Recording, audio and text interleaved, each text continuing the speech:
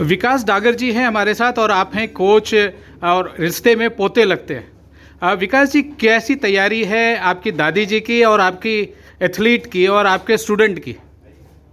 देखिए, जहाँ तक तैयारी की बात है तो लास्ट ईयर जब हम फिनलैंड वर्ल्ड चैम्पियनशिप में जब ये मेडल लेके आई थी, तो जब मीडिया वालों ने इनसे एक क्वेश्चन किया था कि दादी जी आगे भी आके खेलोगे, तो इनका एक ही जवाब था कि भाई अगर बूढ़ी नहीं हुई तो दोबारा पक्का जाऊंगी। तो ये उसी टाइम का शायद ये जज्बा था कि अभी तक अपने आप को बूढ़ी नहीं मानती और शायद पिछले एक साल से पोलैंड की चैंपियनशिप का इंतज़ार करती रही और अब जाके वो पोलैंड जा रही है। सबसे बड़ी बात इनकी क्या है, जहाँ तक तैयारी की बात है, सुबह शाम ये मॉर्निंग वॉक करती हैं और वीक में एक दिन हम इनकी खाली टेक्निक ट्रेनिंग लेते हैं, क्योंकि वो थोड़ा सा रूल रेगुलेशन समझाने के लिए।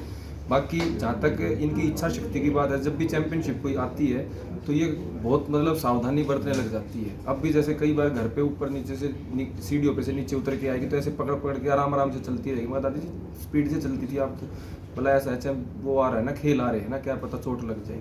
तो थोड़ा सा इनके अंदर खुद का इंटरेस्ट है, तो इसलिए ये देश के लिए पदक जीतने के लिए मेहनत करती है। तो जो जज्बा आपने बताया कि जो जज्बा है इनमें कि अपनी तैयारी करना एक प्रोफेशनल एथलीट की तरह तैयारी करना आपके लिए कितना आसान हो जाता है इनको जो भी बारीकियां सिखाना और इनके बारे में, इनका हेल्थ के बारे में और इनके खान पान के बारे में?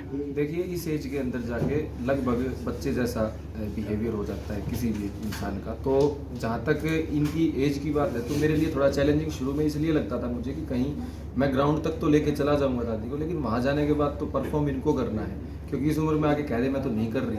लेकिन मेरे साथ ऐसा नहीं हुआ था, इन्होंने खुद इंटरेस्ट दिखा के मुझे बोला था कि हाँ तू मेरे को फिकवा के दिखा, मैं फेंक दूंगी इसको। तो तब इनको खुद मैं ग्राउंड पे लेके गया, तो वहाँ से इनका जज्बा देखा तो फिर लगा कि हाँ हमें जाना चाहिए। बाईपास सर्जरी हो रखी है इनको 2007 में। बस एक सिर्फ वही चैलेंज था हमारे लिए, लेकिन इन्होंने कहा कि नहीं खेलूंगी तो ठीक होगा, फिर हम डिसीजन लेके इनको खिला देंगे। आपने सही कहा, जज्बा मजबूत हो और दिल मजबूत हो। दिल में शायद एक बार बाईपास होने के बावजूद भी दिल यदि मजबूत है तो शायद जज्बा अपने आप ही आ जाती है। यस सर, वही है कि बहुत सारी चीज़ें आपकी आसान हो जाती हैं, क्योंकि जब खुद के लिए खुद का इंटरेस्ट जब होता है खेलने के लिए तो आपको बहुत सारी चीज़ें ईजी होती चली जाती हैं। विकास जी, ये बात सच है कि दादी अम्मा जितना भी कोशिश कर रही हैं वो हिंदुस्तान के लिए ही नहीं बल्कि पूरी दुनिया के लिए एक मिसाल है।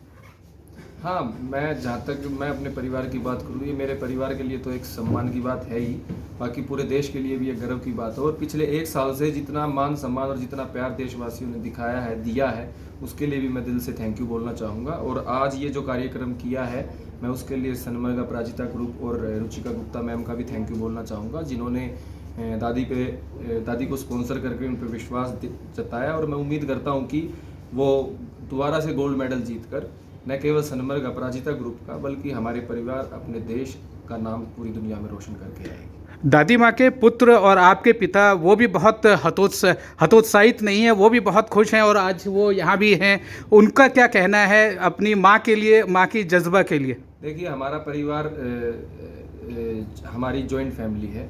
हम पूरा परिवार ने जब पिछले साल हमने जब शुरू में डिसीजन लिया था, तो जो ये बाईपास सर्जरी वाला इशू था ये हमारे लिए एक इशू था, लेकिन इनके जज्बे के आगे और जब इनको हमने बोला कि दादी ऐसी ऐसी बात है, क्योंकि जब आप कुछ अचीव करने लगते हो तो आपकी सोसाइटी भी आपको बैक स्टेप डाउन मारने के लिए कोशिश करती है। तो हमारे सामने भी कुछ ऐसी बातें आई थी कि भाई इतनी उम्र हो गई, तुम इसको खिला रहे हो, कहीं मार लाओगे, ये है वो है। तो इनको हमने बताया तो इनका एक कहना था कि भाई मैं खेलने जरूर जाऊंगी, मेरे को कुछ हो जाए तो मेरे को वापस इंडिया जरूर ले आना। तो ये बात सुनने के बाद फिर पूरी फैमिली ने एकजुट होकर डिसीजन लिया और इनको खिलाने के लिए लेके गए।